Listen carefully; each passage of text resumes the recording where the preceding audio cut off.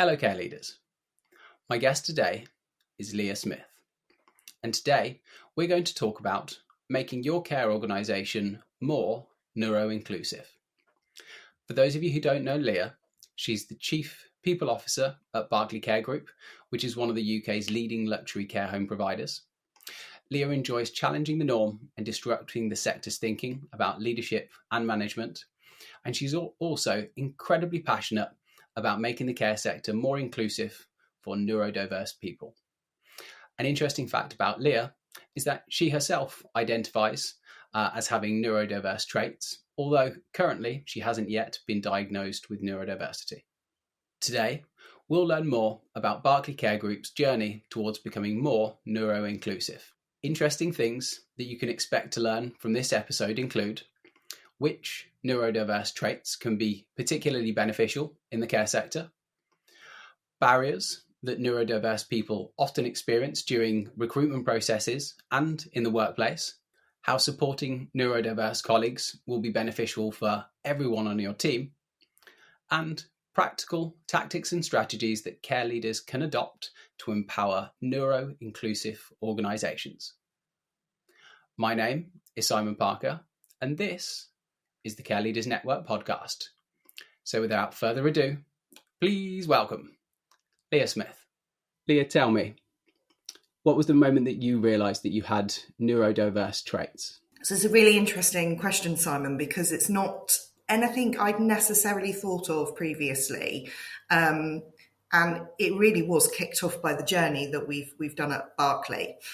We were introduced to this gentleman called Leah Smith, who is somebody who is neurodiverse himself. He has neurodiverse family members. He's written books, he does podcasts. He's really quite well known in the world of neurodiversity. He's an amazing, energetic guy who really inspires and motivates you. And that first conversation that we had with him, he just got me thinking in my head, ooh, this really, really resonates with me. I am somebody who, and I speak about this particularly with my team, my brain works at 1,000,000 miles an hour, a lot faster than my mouth works. And what that means is that sometimes I get lost in my thoughts, I get lost in what I'm saying, but equally, because my brain's working so quickly, I sometimes struggle to think about how I interject or where I interject, and I can lose my train of thought. And it's really interesting. That first discussion with Theo kind of kicked off that I might have some neurodiverse traits here, and actually if I'm neurodiverse or I have those traits, how many other people might be similar to me in that they also have these traits and things that they identify with. So it became something really quite personal. I also have family members who are neurodiverse. We have individuals who have ADHD and autism in our family as well.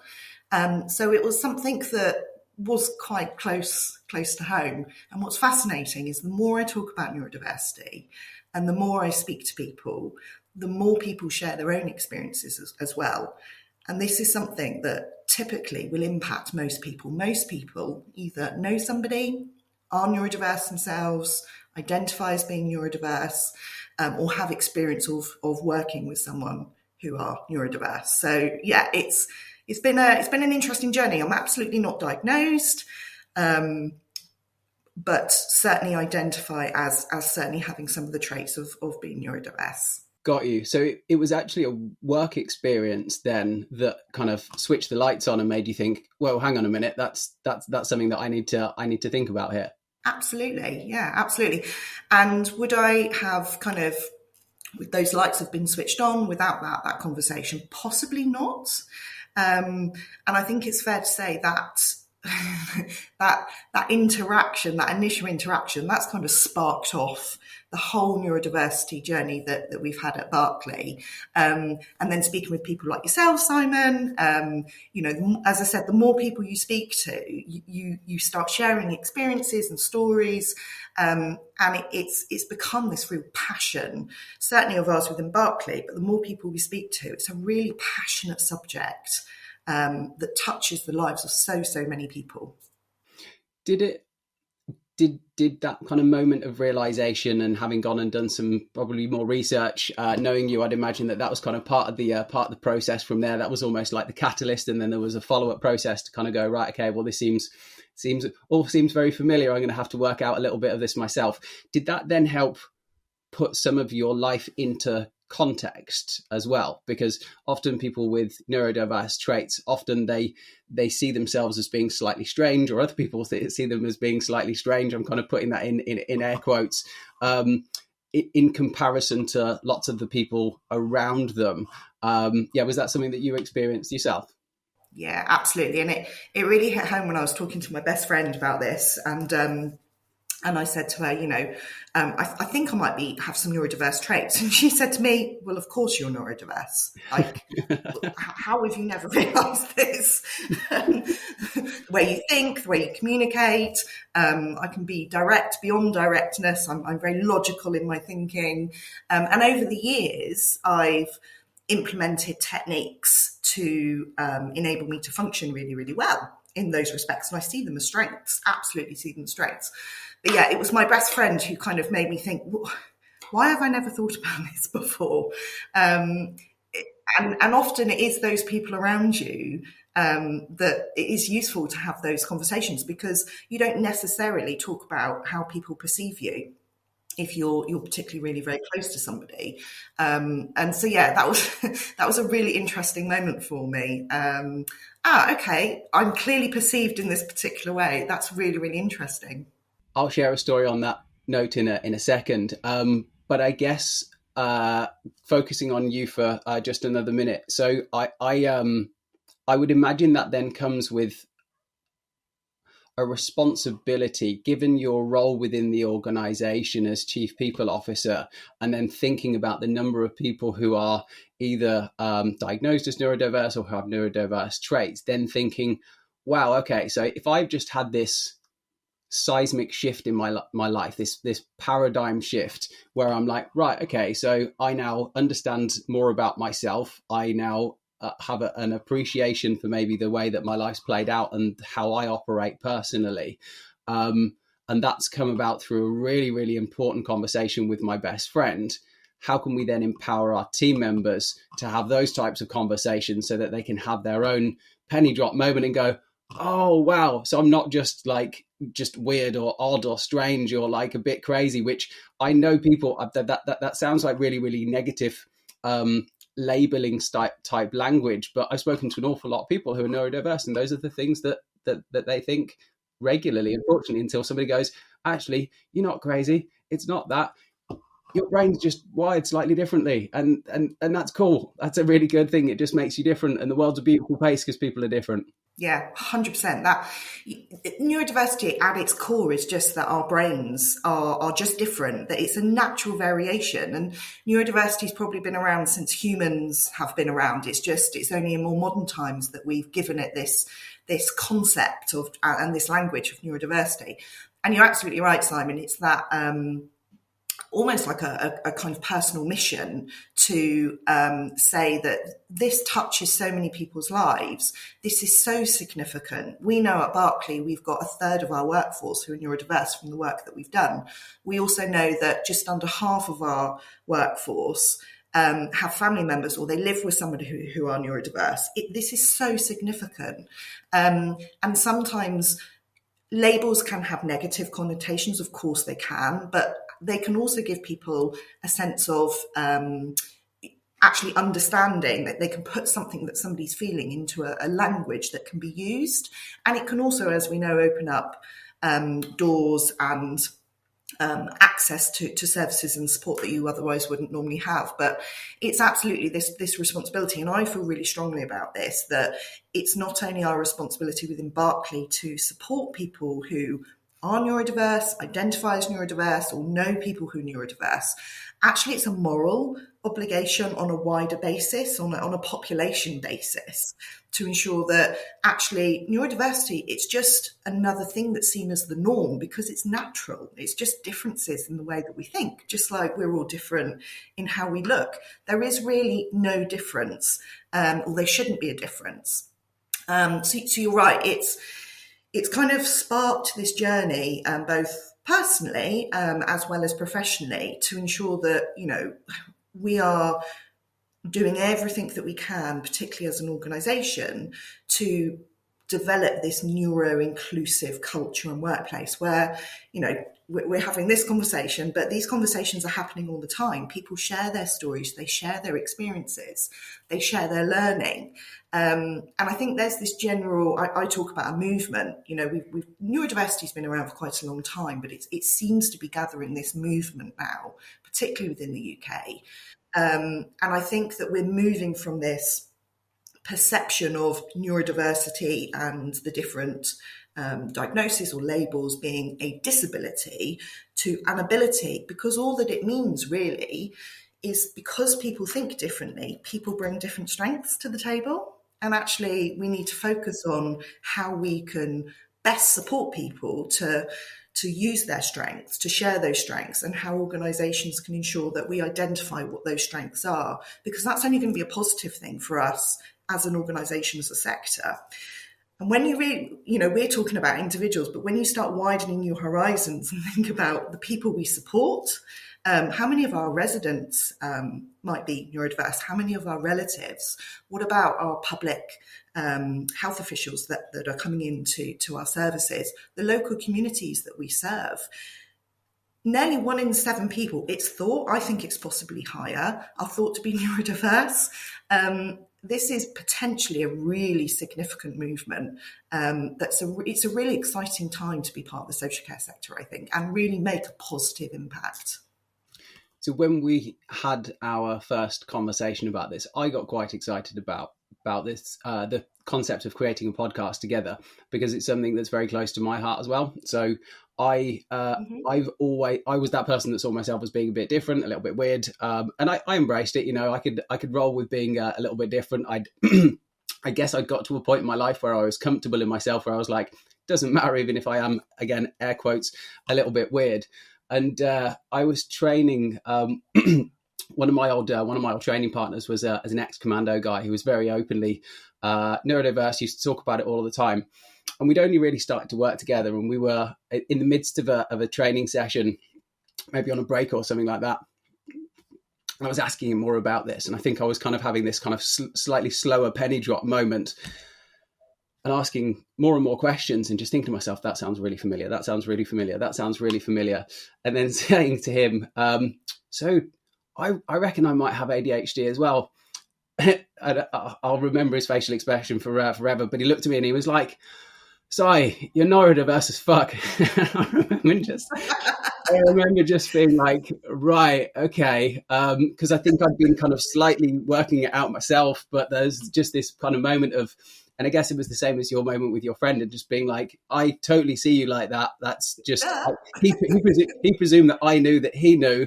And it was me saying that he found hilarious, which was why it was kind of this exclamation of the fact that I was neurodiverse as fuck, which just really, really made me laugh. But I remember thinking to myself, it felt freeing, because I was a bit like, oh, okay, cool. So maybe I'm not weird or different, or just, maybe I'm not weird or strange or any of that type of stuff. Maybe I'm just different. And maybe this thing has, as I got into researching neurodiversity, I started to realize, actually, in the right environment, with the right perspective and the right understanding, it can then become a superpower. And I've realized so much of my life in a way which is consistent with my own neurodiverse traits, which has had a profound impact on my life. There are certain things that I just shouldn't be anywhere close to in my life. Like, my wife's basically taken over all of our administrative type stuff. If I do it, it's going to be done wrong. And it's not me just like trying to delegate things to her unnecessary. She's just really good at it and actually quite enjoys doing that stuff. She gets a buzz out of making sure that like our insurances are all sorted and stuff like that. I'm like, cool, you just tell me what you think's the right thing to do and we'll get it squared away. Whereas there are other things that sounds like I need her in my life as well, Simon. I think everyone could do with a Sarah in their life. She's a pretty magnificent person, but that was my moment of realization, if you like, to thinking, oh my God, this is something that I really need to give some serious consideration to. And then I read a book by a guy called Gabor Mate, which if you have any inkling that you might have ADHD yourself or ADD or anyone in your team, or this is just a subject that you'd be really interested in, please go out and buy, probably all of his books, but Scattered Minds was the first book that I read. And it was so strange. Mm-hmm. We were on a plane to somewhere, I can't remember where it was now. And I got recommended this book and I thought to myself, this all sounds really, really interesting. And I've opened the first page and read the first couple of pages. I was almost in tears because it described me. And I was like, I'm getting emotional thinking about it at the moment. But I was like, oh my God, having had this moment, it was probably only a couple of weeks beforehand that my training partner had said that you're ADHD AF, to have then read that book and it just contextualized everything. I remember thinking, wow, okay, so this is the beginning of something that's going to be really important for me. And then I had to explain why my wife, as a 37-year-old roughly at the time, why I was crying in an aeroplane on the way to holiday. She was like, are you okay? And I was like, it's fine, I'll explain when we get on holiday, but I've just had a bit of a moment. She's like, all right, okay. thinking, wow, my husband's a strange chap. But yeah, I kind of explained it and she kind of got it and thought, oh, right, okay, so this is really important. And then also the ability then to put language to then be able to explain it to other people, that was empowering, because I could say to my parents, do you remember when these types of things used to happen when I was a kid? That was because X, Y, Z. And they're like, oh, okay, cool, got it. The responsibility then comes, okay, I've started to kind of square away my own neurodiverse traits to help me.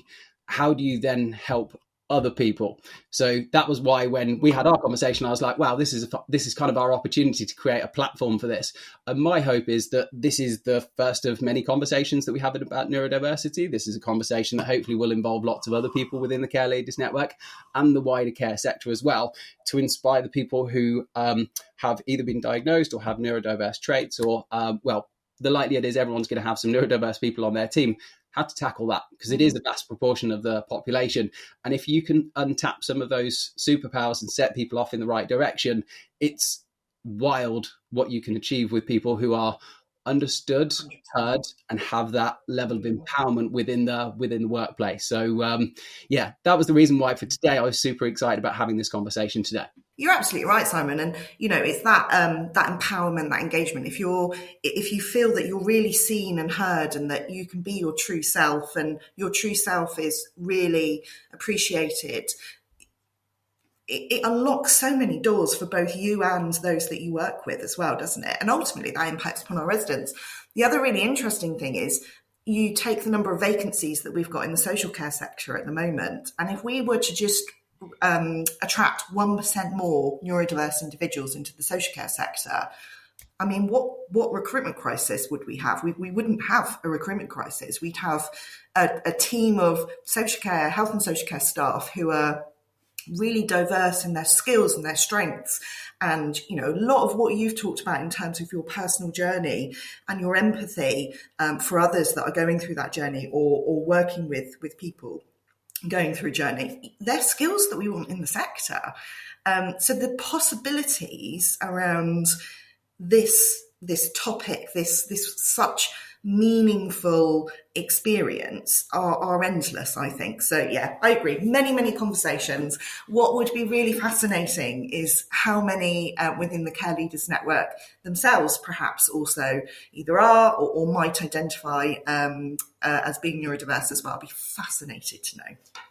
There's a conversation we're going to have to spark after this, so I'll take ownership of that one and see where we take it. So I'd like to get into, you've referenced a few points, but I'd really like to unpack the whole concept around why care organizations need to prioritize neuro-inclusivity in 2024 and beyond. So I know that you've highlighted a few points there, but lay it out for us as a chief people officer of an exciting business that's growing, that's doing all sorts of exciting things in the care sector.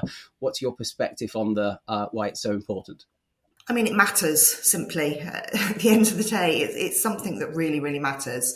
People who are neurodiverse, they make such a valuable contribution. We've talked about the numbers potentially that they think could be neurodiverse, but personally I think those numbers could be much higher. We know, for example, in the news recently, the waiting lists for people waiting for ADHD assessments, it would take 8 years to get through the backlog. So I'm sure there are many, many more people that potentially haven't received a diagnosis, but that are neurodiverse. So it's significant in terms of the number of people that this touches. And as I said, the minute that you then start thinking about, okay, but what about the people that we support? What about their loved ones? The topic just explodes, really. And I think there's so much positive things that we can do within this space. I think, unfortunately, some people with neurodiversity do experience marginalisation, or they might be impacted by their neurodiversity in a negative way, with barriers. And sometimes that starts at school.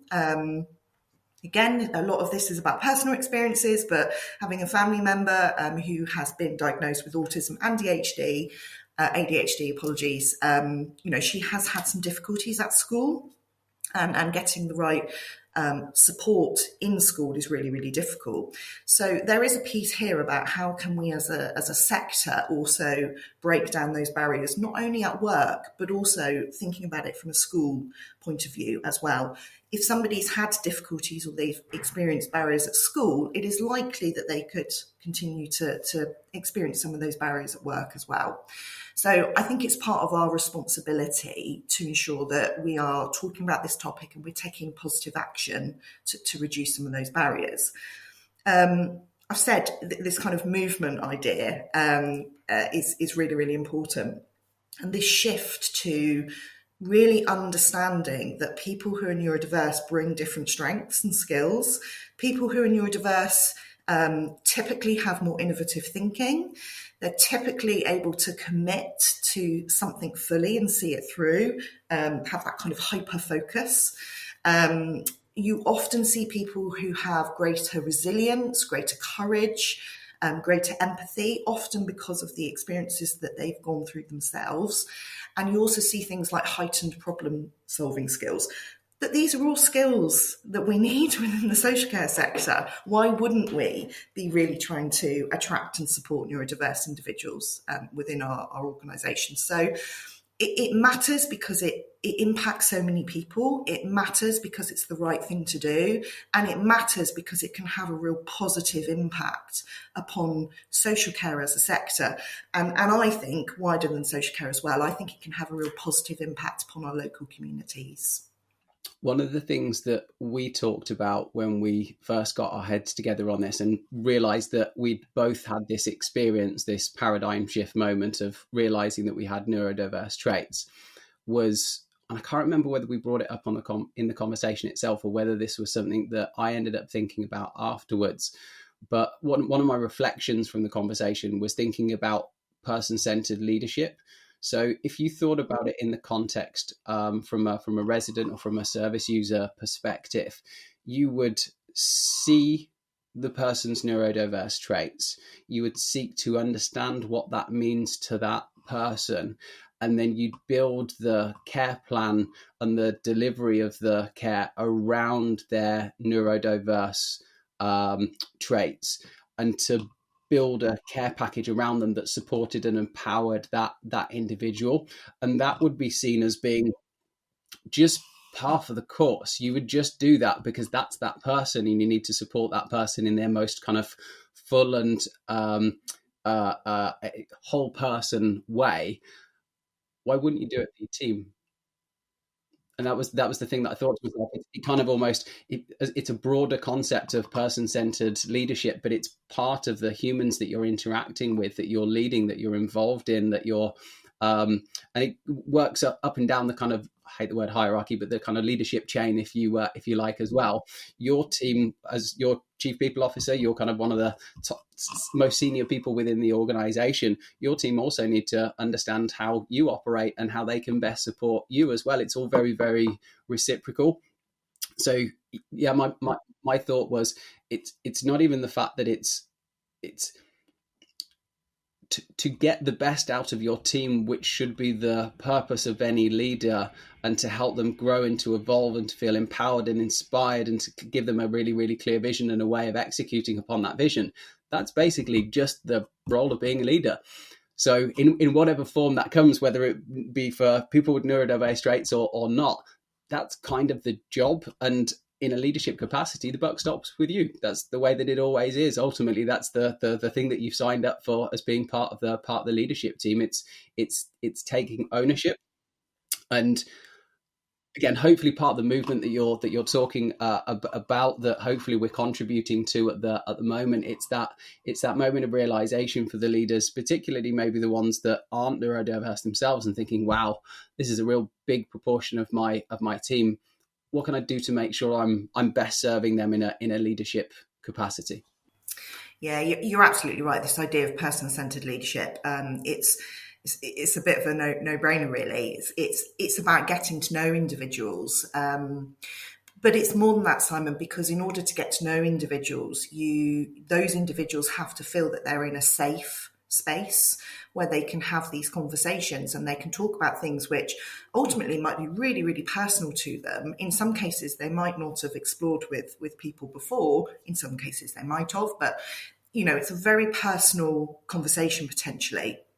So it's almost taking a step back from it and kind of really thinking about how do we create a culture where people can have open and safe conversations about themselves, and where they can really, show their true selves at work, so they don't have to mask at work. And that culture piece is something which takes time, and it can be more difficult to get right than, for example, implementing policies or processes or reviewing the way that you do something. So I think whatever as leaders that we look at doing around neurodiversity to ensure that we've got that person-centered leadership, to ensure that we understand each individual's personal needs, how we can get the best out of them, how we might be able to adjust our policies, our systems, our operating procedures to enable that person to perform really well and to feel valued and appreciated, and that their strengths are being recognised and used. We also need to balance that with, as an organisation, how do we develop that open and transparent culture? And for the best will in the world, a lot of what we've experienced to date is actually we've taken the first year of our journey to just talk to people, share personal experiences, talk about our personal experiences, the experiences that we've had talking to others, talk about what neurodiversity is, talk about it from the strengths point of view, and that slowly over time we've seen more and more people share experiences, share stories. That storytelling piece is so powerful when it comes to leadership. And that's really somewhere I would absolutely suggest people start, is two things really. First of all, really educate yourself. If you feel you need to know more about the topic, please do. There's so much out there. There's so many great books. You referenced one. I've got a couple of great books I'd absolutely recommend as well. There's so many podcasts. There's so much that you can do to educate yourself. But start having conversations with people, and you'll be really surprised. There will be some people who will come forward and they'll be quite open in terms of their own experience. And they'll give you some very open feedback, and they'll give you open ideas. And it's kind of those first few people that you want to pull into, your kind of movement, if you will, to enable others then to create that safe space.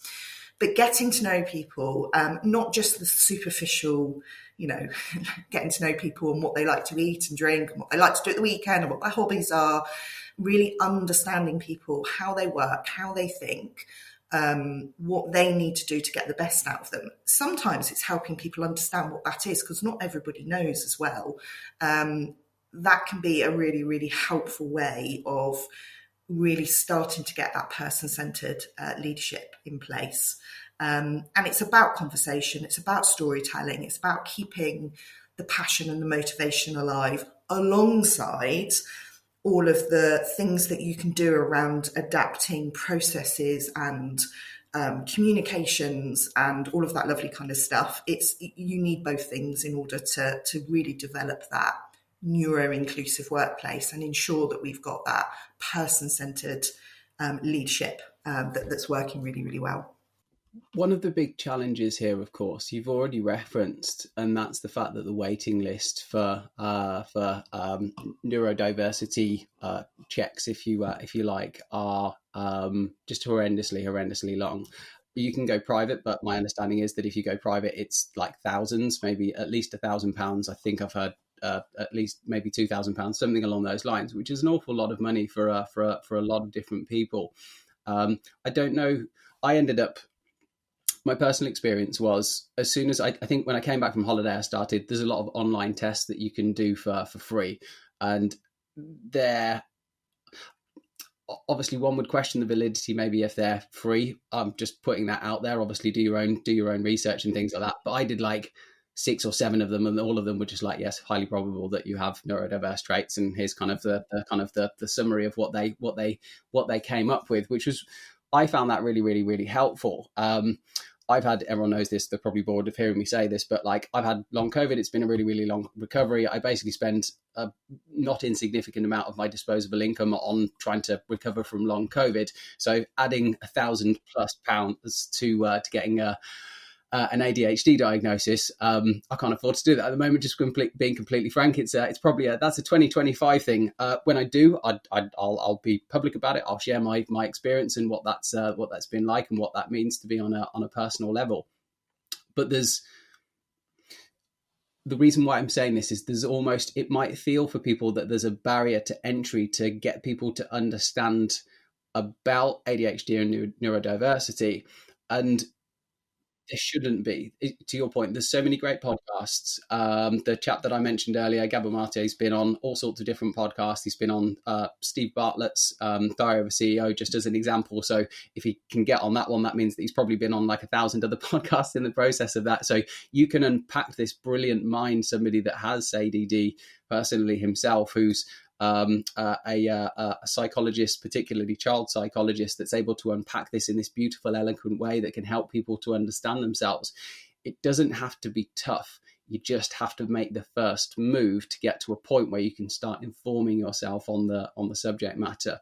Watch some podcasts, read some books, speak to the people around you, and just see what happens. And it's amazing. One of my team, who I worked with for a while now, said kind of casually in a conversation that he referenced one of his ADHD traits, and I kind of chuckled to myself and thought to myself, I've always thought that might be something that's part of his characteristics in the way that he works. We work really, really closely together, but for him, that was something that it took to that. It had obviously taken a while for him to kind of open up, and maybe it wasn't the fact that he was masking as such that just felt like an easy reference point for him to put into a conversation. But I hope that because I'm open about it, that he's felt comfortable to then have the conversation, and now we have this appreciation of one another, whereby that's just part of his characteristics, that I now have a deeper appreciation of him as a person, and we've connected on that, and it's a great thing because we know each other better. Again, it's a meaningful understanding. It's not just what's your favorite drink, what's your favorite food, what do you do on the weekend type thing. That's not that's superficial. It's really, really important.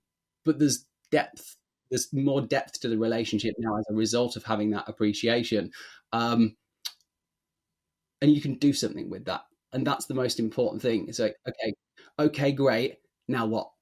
Which is, I was chuckling having a conversation with one of our podcast guests recently. We were talking about data in the care sector and how to empower your teams with data.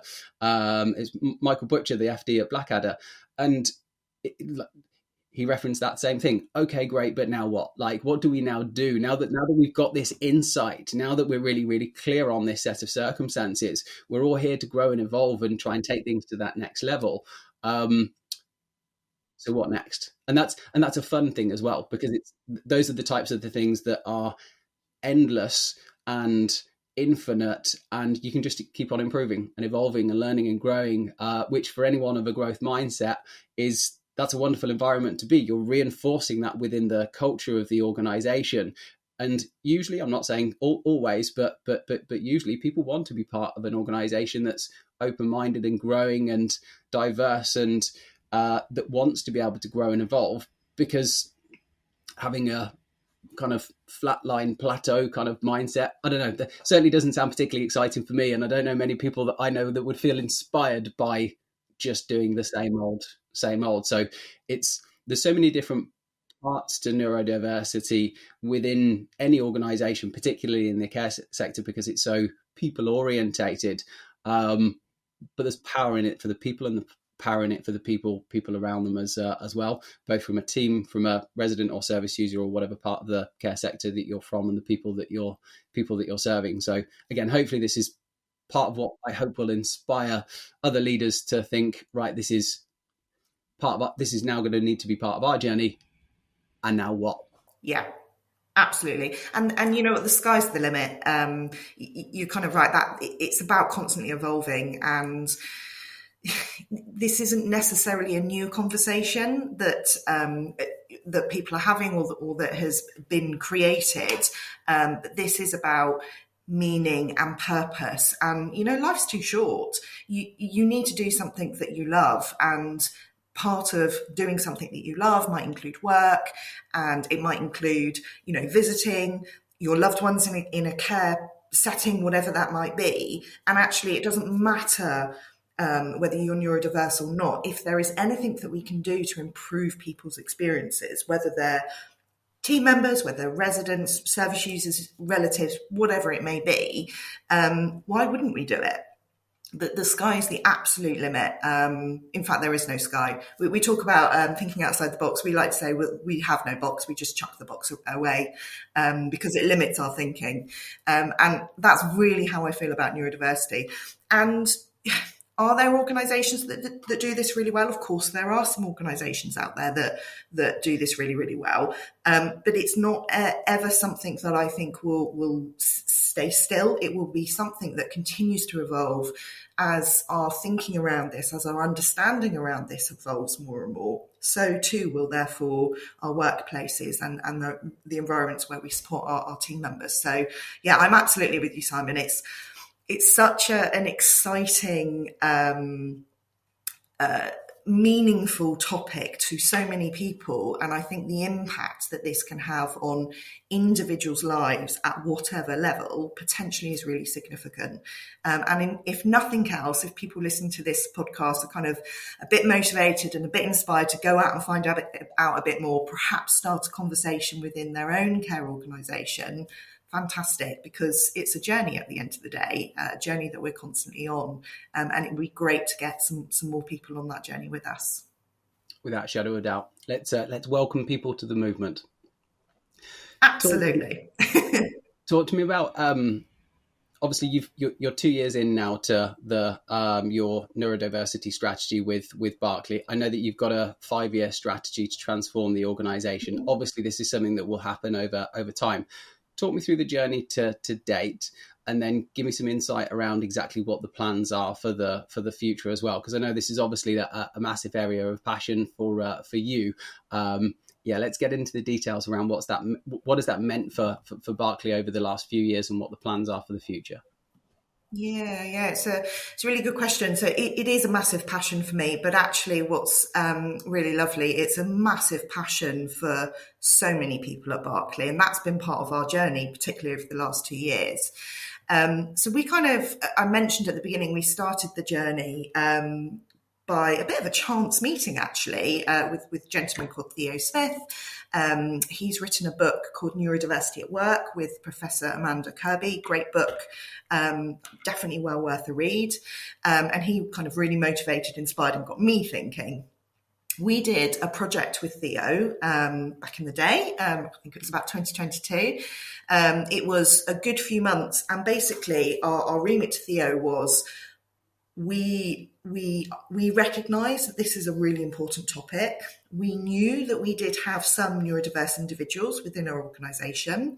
We also recognised the potential in terms of really elevating our organisation with additional skills and strengths, as well as, we were coming out of COVID, as a lot of organisations were. We had some problems with vacancy rates. So there were many, many different reasons why we decided to kind of kick off this journey, if you will. So Theo worked with us for several months. He did surveys. He did a lot of one-to-one interviews and workshops with our staff members. But he also looked at all of our processes, all of our policies, our documents, from our job adverts to our onboarding documents, our learning and development. He kind of took a look at Berkley Care, but through a neurodiverse lens. And the remit was basically benchmark us, tell us where we are now, tell us what we're doing well, tell us what we're not doing well, and help us understand how we can be more neuro-inclusive. So it was quite a long journey, that kind of initial part. And we found that we had 10% of our team members who had been diagnosed, a further 20% who identified as being neurodiverse, so about a third of our workforce, or just under, altogether. And then we've got this significant 40% that had a family member as well. So again, we knew, it just reinforced in terms of it was actually a lot higher than we had initially thought that it had been. So that's where we then developed this 5-year strategy. And I think with anything of this nature, it's really, really important, and we're really passionate that this isn't a top-down approach. I don't think a top-down approach ever works when it comes to something as important and significant as neurodiversity. So everything that we've done including our team members. We set up a group of people made up of all different people and roles across the organisation to help develop a vision for the next 5 years. Help us develop our objectives, help us develop our action plan, and then spent a lot of time talking to the business about that vision, about those objectives, about the action plan. And that's part of the journey that we've been on, certainly within the first year, is that really getting people on board and helping people understand neurodiversity in many, many different ways. So what we then did is that we identified that certainly over the next couple of years that we'd focus on 3 main areas around neurodiversity. So one was that developing this neuro-inclusive culture and raising awareness generally around neurodiversity.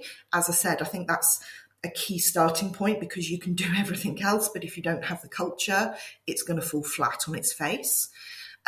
We knew that recruitment was really important. It's often a barrier for neurodiverse individuals.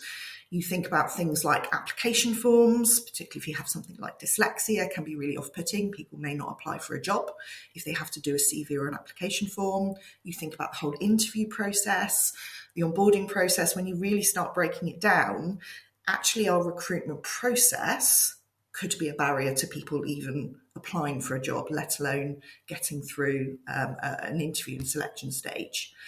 And then the third area was around our communication. So both our internal communication, how we communicate with our team members, the different formats that's used, simple things like the structure of emails. I know it sounds a little bit detail orientated, but you'd be surprised, and I'm sure everybody would agree, those emails that we all get that are absolutely massive and unstructured. You either don't read them, you don't know what the message is, and you lose interest quite quickly. We've done a lot of work around our internal comms, but also our external communication, particularly around things like our website and how we're presenting information. So those 3 areas are the areas that we're currently focusing on at the moment. And again, those working groups that we've set up, we've got a variety of team members from different parts of the business. We've got maintenance people, hospitality, carers, we've got our senior leadership team members, a real diverse range of people with different experiences, some who have neurodiversity, some who don't, to really help us bring this strategy alive. And the 5-year strategy is really kind of moving from that general awareness piece through to building the culture, to really adapting what we do in terms of our processes, our systems, our communication, all the way through to developing support and communities of practice, working with local communities, working, for example, with our suppliers and our partners, which is something we started having conversations around, to really build this movement of neuro-inclusivity, to have a positive impact upon the sector, the people we work with, the people that we support. So it's quite an aspirational strategy, but there are also some concrete actions that we've got along the way. And then I guess just in terms of some of the actions, Simon, kind of what have we done, what are we going to be doing? I think the first thing is a lot of the things that we do that really don't cost much. It's amazing the small little things, the adjustments, the tweaks that you can do to things that might not cost anything at all, but they can have a real impact upon people. And what's been really great for us is, whilst this comes under our neurodiversity strategy, a lot of the things that we're implementing, they impact positively people whether they have neurodiversity or not. So we're seeing an increase in terms of experience, positive experience, which is great. So I mentioned about the barrier in terms of even applying for a job, for example, long application forms, unclear job adverts, having to complete a massive amount of paperwork. We are regulated. We all know that we're regulated. We know that we have to ensure that we do certain things. I think sometimes we can make things a little too complicated. So we've really tried to simplify as well as digitalise as much of our process as we can. And an example of this is that we now accept video and audio applications. So on our website, you can submit a video or audio application. So you don't have to fill in an application form and you don't have to send a CV. So really quite simple, and it can have a real impact. And this is about giving people choice. So people can still complete an application form, they can still send in a CV, they can still send in an expression of interest form, or they can now do a video or an audio application. That breadth of choice just means that we open up the possibilities and break down as many barriers as we can to people. We have started doing things like giving people interview questions in advance. I have to be honest, when we first talked about this, I thought candidates would love this, and I wasn't quite sure how our recruitment, that the people doing the recruitment in our teams would take it, but actually it's been really positively received. And what it does is that it enables the applicants to have a true understanding of the questions. It allows them to prepare. It allows the person recruiting to ensure they get the best out of that person. But what it's also meant is, instead of focusing on a question and an answer, there is a much more in-depth discussion that takes place because of how prepared people are. So we've got those interview questions, but also interviews, those kind of formal interviews, they're not necessarily for everybody. So we've got something called taster days, which we've been doing for quite a long time now, where people can, instead of come and do a formal interview, they come and spend a bit of time with us. They will shadow one of the team members for the job that they're applying, and it's much more informal. There's much more observation involved. There's much more feedback involved, and that can be really quite good. So again, they are quite small things, but those little tweaks to the recruitment process can be really, really important. I think around communication, so one of the things that we've done recently is that we have added a new accessibility tool onto our website. Loads of organisations, in fact most, will have an accessibility tool, but the tool we use is something called Userway. There's lots out there, as you said earlier, do your own research, it's just something we use. But they have neurodiversity filters, so there is an accessibility tool for people who have ADHD. It helps people to stay focused by blacking out all of the screen apart from the section your cursor is on. It stops the animations, it's got lower saturation. Again, it's just to help you stay focused. There's a dyslexia tool It changes all the fonts within the site and again stops that animation. There's a cognitive and learning function, bigger text, animations are stopped. There's a reading guide, just helps improve that reading experience. So that's something we're done, and we're looking at now rolling that accessibility tool across as many of our digital platforms, including our internal ones, as we can. It's relatively low cost, that it's not too much money, but it potentially can make a huge difference to anybody looking at your website. Or our next stage is, our people systems, our engagement, our praise system, all of that lovely kind of things, care planning system. I mentioned the internal communications. So we have a framework now for internal communications, so that anything we send out is clear, it's concise, it uses diverse language. Explanations are key. It's tiny little things. We had a leadership event not too long ago, and it's the first time we'd used this framework, and we did ask for some feedback, which was all really positive. But sometimes understanding the language we use can be really difficult.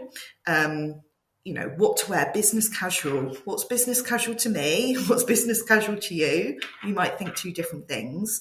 And to another person, they might not know what that means, and it might cause anxiety. So sometimes just being really clear around the language that we use and what does that mean. If you have an agenda item, or you've got an agenda for a staff meeting, for example, instead of just having the title, have a little explanation about what roughly is going to be discussed. It just enables people to prepare to come and understand what's expected of them. And then this piece around the culture and awareness. So we've done quite a lot here. Something we're really proud of is we've developed an internal course around neurodiversity that all of our team members are going through at the moment. But this was developed and trialled in one of our homes. And we had an awful lot of input from our team members that has just made this training course absolutely amazing. And what I absolutely love is it's one of our senior care assistants who has a son who's neurodiverse, and she is the one who is going and delivering this training course in other homes. She is sharing her personal experience. She's using all of those things we talked about around kind of storytelling. It makes it real, and it makes it way more impactful. And we're now identifying other team members in the homes that can then kind of take on that kind of awareness raising and champion piece around neurodiversity. So, it'd be very easy, and mandatory training courses around neurodiversity are all well and good.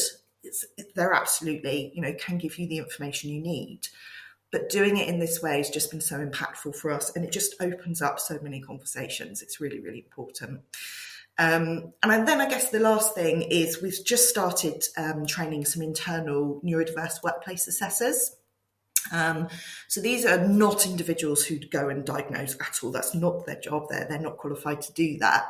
What they can do is have conversations with people and help understand how they think, how they process information, what they need to get the best out of them in terms of the workplace, and they can then make suggestions and recommendations for adjustments and work with the person and their line manager as well to do so. So that's relatively new for us, but we really want to expand that programme so that we've got these assessors that are in each of our sites that can really help and support people. And all of these things, as I said, we're doing it via the neurodiversity lens, if you will, but actually I think all of these things impact positively on everybody, whether you're neurodiverse or not. I've gone on for ages there, but I'm really passionate about this. They're just a few things that we've done, and I think they're things that other organisations can absolutely do, and we're more than happy to share a lot more detail on any of those things if anybody's interested. Your last point there, I think, is incredibly important. So the things that you've highlighted there are removing the barriers of entry to recruitment. You've talked about communicating in a way which is simple and concise but gives context. You're talking about seeing people and empowering people in whatever way that manifests themselves. These aren't neurodiverse specific things to be mindful of. that's just leadership and growing an organization. I say just, obviously that's maybe the wrong way to apply language to the situation, but these are the types of things that I would imagine most leaders will be thinking about almost constantly anyway. These are the challenges of growing an organization and building a fantastic team and delivering a wonderful service. All of those important key things. Everything that you mentioned is that it's almost like the foundations of all of this type of stuff. So although some of the things might be slightly directed or slightly engineered in the direction of people with neurodiverse traits or neurodiversity, everyone's going to benefit from that set of circumstances. What wouldn't it be a shame if you were able to recruit better talent? Wouldn't it be a shame if your team were more clear around exactly what the plans are for the strategy and how to execute the strategy and all that type of stuff? Wouldn't it be awful if people felt heard and understood and appreciated for their differences and the kind of the nuances of their personality and all that type of stuff? What a terrible world that would be in. Not. It's really, really important. I think that last point is absolutely key, because there will be people who will be listening to this who maybe neurodiversity isn't something that they're particularly aware of. Hopefully, through the points that you've shared there and me kind of triple underlining it and putting some exclamation points after it, people will see that it's good business practice, it's good leadership, it's just a good way to run an organization, getting these foundational pieces in place. And it's going to make a profound difference as well. It sounds like it's been really, really positive for Berkley. I want to drill down on one particular point, because everyone always talks about recruitment. There's obviously the recruitment crisis, and some people tackle it better than others. So I just want to zoom into that particular point for a second. So I've heard from a few different care leaders. We've done all sorts of different roundtable workshops, and we've created some content on this as well. People are talking about doing away with the traditional CV application. It sounds like that's part of something that you factored into kind of a wider strategy as well. Just talk me through the specifics of why you think that that's so important, and just break down what that's meant for you just from a recruitment perspective. We'll get onto some of the retention stuff in a second, but I just want to really zoom into that, because everyone's struggling with recruitment, and if we can share a couple of points that people can take away, I think that will be really, really valuable. Yeah, sure. So I think with any of these topics, Simon, I always come back to, and we always start with, why? What's the point? Why are we doing it? Why do we need an application form or an application process? And ultimately, the reason why is to capture information, to understand if this person is potentially suitable to take through to some form of a process, whatever that may look like. Sometimes I hear we need to do it for CQC as well. We need to evidence that we've got a process, and it's a process that ensures that we've got people who are of good character and fit to work, absolutely. But ultimately, it's about capturing information. So if you strip everything else away in terms of the process that you do around application, and you think about what are the different ways that we can collate that information, how can we get that information from people? That's very much where we start with. And I think that's true of any process that you look at, whether it's recruitment, whether it's learning development, whether it's I don't know, employee relations, whatever it may be. What's the point? Why are we doing it? Strip it back to the simple basics that we need. I think that there is also value in variety, taking the point that we are all different. There are equally some people who love filling in forms, who love to give lots of information. There are people out there who, there's psychology around how CVs are pulled together, that people may be very, very interested in. So that variety, I think, is also a piece of this puzzle. So it's about stripping it back to the basics. It's about understanding why we do what we do. It's about making sure we've got variety. And then it's about making sure that we're consistent in that variety as well. So video applications, audio applications, there is obviously the question of how you store them. Do you not store them? Do you transcribe them, which is something that we do. You've got your actual application forms. Have a look at those forms themselves. Do you really need all of that information at that stage? How do you do it? Is it paper? Is it digital? If we can digitalize as much as we can, typically, that's better on a number of different ways, as we know. But there are still those people out there who do like a good old-fashioned hard copy paper and pen. They like to do their handwriting. So again, it's about having variety, digital as well as hard copy, if indeed that suits that person the best. And I've completely gone off my train of thought there, but I don't know if that answers your questions around, I guess, application processes specifically. My other point is just around language, the use of language. So really looking at the language that we use in some of these documentations. Is it inclusive?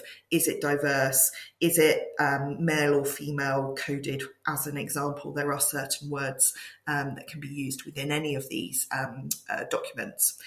Then you've got your accessibility things to consider around, your font, your sizes, what language, what jargon you use, all of that lovely kind of stuff.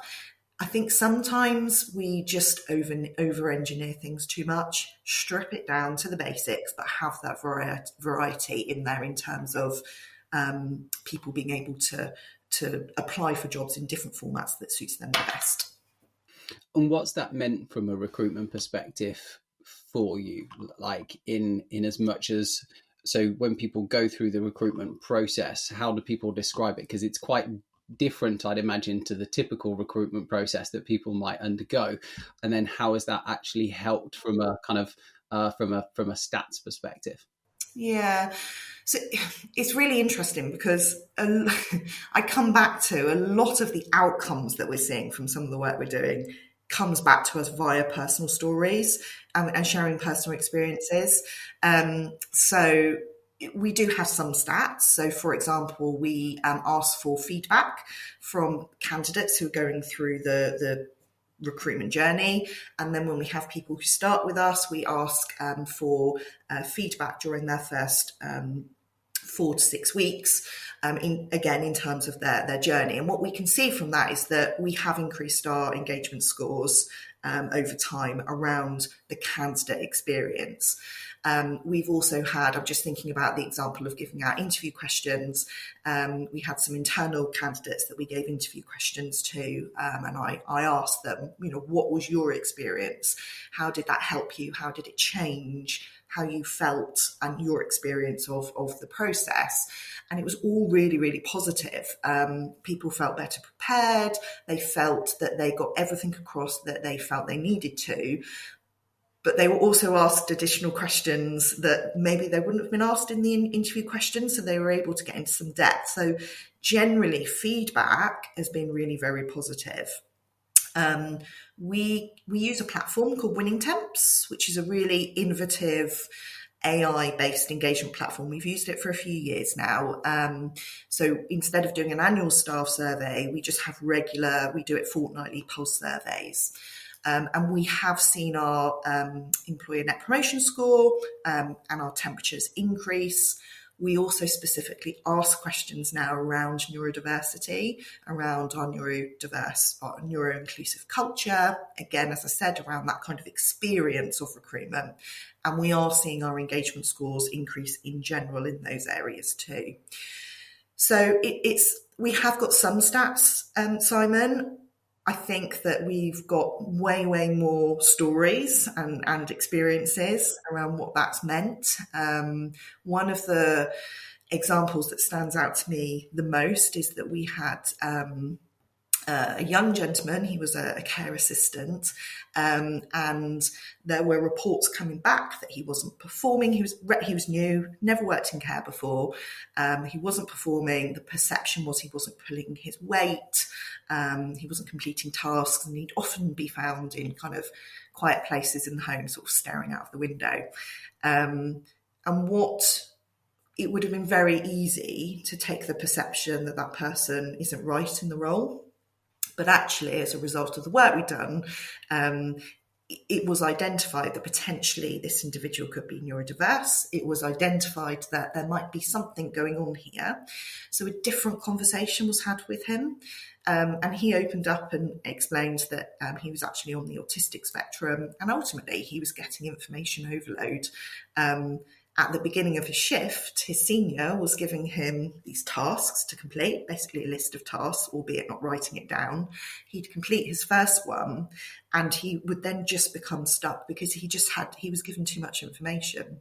So something really simple as one task at a time. When he'd completed it, he'd then be given another task, also giving him some, making sure that he had some a quiet space to go and complete his care plan records. Tiny little tweaks, but that individual, highly caring, highly empathetic, everything that you would want in a care assistant, really well thought of by residents. He's performing really well. That's just an example of some of the personal examples that we come back. So we know that these things are working. Our next job is that we want to do that benchmarking exercise again to try to get some stats to kind of back up some of the work that we're doing. The interesting thing about what you said there is that the although maybe there aren't numbers that's wrapped around the front end on the recruitment side of things, ultimately, if people have a better initial experience of the recruitment process and of the onboarding process, and then subsequently the process of them becoming a kind of more kind of matured employee within that particular organization, the flow through of that, you can see people will just want to stick around more because they'll feel more like them. They can be more like themselves. Like, and absolutely. Obviously part of that process clearly is going to be for you to be able to wrap some structure around that from a numbers perspective. But you can see very quickly why people would want to stick around in an organization like that, when the next question, which, I mean, you've kind of gone ahead and answered it anyway, which has been good. My next point was going to be how does that then flow through to from a retention perspective, and engaged employees that feel understood stick around longer. It's just a fact. It's kind of objectively 100%. that's always going to be the case. And to the point that you mentioned earlier about the gentleman that got information overload and ended up staring out the window because he probably analysis paralysis type set of circumstances, just don't know kind of where to turn, what to do, needed to do something to give himself a kind of an anchor to be able to calm himself in that moment of overload, just breaking the day's kind of projects down into their own individual chunks. I've got this image in my head of just a happy care worker running around a care home doing all the important stuff that they need to be able to do, but just in a way which doesn't have that, oh my gosh, I've just got too much stuff to do, which is, I get that. I get information overload all the time. It's just, I think everyone gets it to a certain extent, because we live in a world where everything's coming at you with social media and life and just all of that type of stuff. But if it kind of grinds you down and you get yourself kind of stuck into a hole where you do feel completely overloaded and stressed and tired because it's exhausting being in that set of circumstances, it's so freeing unblocking those different things as well for people. The other thing I'd like to add into this, my sister, who similarly ADHD traits, she actually worked at the Care Leaders Network for a while as a marketing exec. We couldn't give her what she needed for her to be able to go to the next level because she grew very, very quickly, and we were quite an embryonic business at that point. So we went through the process of supporting her to get a new role. But she's ended up in a fantastic organization where they gave the interview questions beforehand. And because she's diligent and organised and really likes preparation, because that's just the way that her brain works, she absolutely crushed the interview. Like, I don't think any of the other candidates were even close to getting the role. They were so thrilled about the fact that they'd found this person that checked off all the boxes, and had really, really got into it. To your point, the level of conversation that they had had depth. Because it wasn't just a case of, right, okay, we're going to superficially bounce from one question to another. It was, okay, cool. So yeah, we get that bit. How much more can we get into the subject matter? And you come away understanding the person in a far more robust way. So you've got Yeah. a real Tell me interaction with more them. about what you've said here. I'm really interested to know about this particular bit. 100%. And you can elaborate on that, and that becomes a more meaningful connection as well, because you understand that person at a more fundamental level, which has an endless amount of power, and it's a good foundation for a relationship. Everyone's had moments where you interact with somebody for the first time, you kick it off, and you end up having a big conversation with somebody that you've known for 5 minutes, and you walk away from it thinking, wow, that was great. I feel like, I mean, you and I have known each other for a little while. I guess we haven't had that much opportunity to hang around together that much. But like when we had the conversation about the neurodiversity thing, I would imagine that you walked away from that. Wow, I get Simon a little bit more. He makes more sense to me because we've got Absolutely. this one connection. And I guess I'm relating it back to this conversation because we're talking about neurodiversity. But it's powerful in an environment, in a workplace where you've got people working together to try and achieve a common goal. And I guess in this instance, obviously the Berkley team are part of the Care Leaders Network as well, which is brilliant. But you and I, and hopefully other members of the Care Leaders Network as well, we can be part of this shift towards a more neuro-inclusive care sector with the movement that we've been talking about earlier, which is a lot of fun, and I'm excited about it. So let's get exciting. It is definitely. I'm mindful of the fact that we should wrap this conversation up, but we should start thinking about future conversations as well, because I think if left unchecked, you and I would talk about this for the next 3 hours, which is probably a neurodiverse thing as well. I know.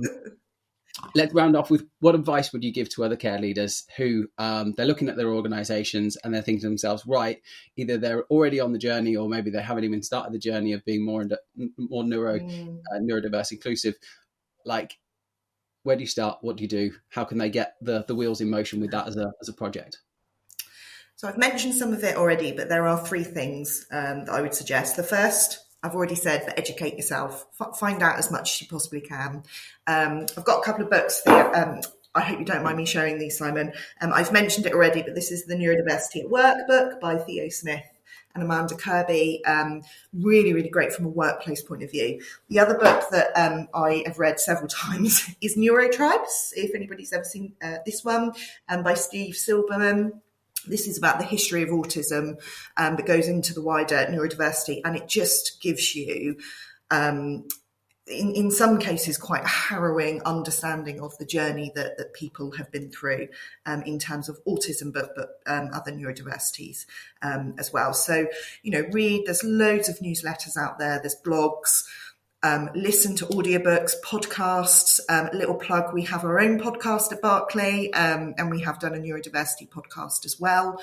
That podcast is called Be Together. Just learn what you can. And I think part of that learning is then challenging yourself. So thinking about, what are your conscious or unconscious biases around this subject, and really try to challenge yourself, because, there are still stereotypes persist, part of being humans around stereotyping and putting things into box. But I think if you can learn and then kind of really challenge yourself, that's a great first step. Second point would be talk to your team, talk to individuals about neurodiversity, open up the conversation, understand how people may experience neurodiversity where you work. And that's kind of the first step to developing that neuro-inclusive culture. So just talk to people. And then my third piece of advice is, once you've done those things, start looking at your organisation, but through a neurodiverse lens. If you're neurodiverse, brilliant. Equally, you may be neurodiverse, but you may want to also ask other people with different neurodiversities to help you do that as well. So you get a real breadth of different perceptions. Look at your values, look at your processes, your systems, how you communicate, and think about accessibility and diversity through all of those things. And I think those kind of 3 things together, that's a great first step in terms of this neurodiverse journey. And as I said, we are more than happy to share what we're doing. We're on a journey. We're by no means, we will continue to be on a journey even past the 5 years. We're not experts in this particular area, but what we are really passionate, motivated, we're committed. And, I see it as part of our responsibility to kind of share what we're doing and also learn from other organisations, tell us what other organisations are doing. This is part of this movement, I think, that's really, really important. Leah Smith, thank you so much for your time. I'm excited about your neuro-inclusive journey at Berkley, and I'm really, really inspired by what you've shared. It's made me think about how I look at the Care Leaders Network team, how we operate, both for our members, for our partners, for our team as well. And hopefully we can create some ripple effects in the wider care sector as well with the movement to get people thinking a little bit about how to be more neuro-inclusive. So I really, really appreciate you. Thank you so much for your time and sharing more about your story, both on a personal level and then also as well with Berkley. All power to you. Sounds awesome, and just keep doing what you're doing. We'll help you keep selling the story. And you, Simon. Thank you.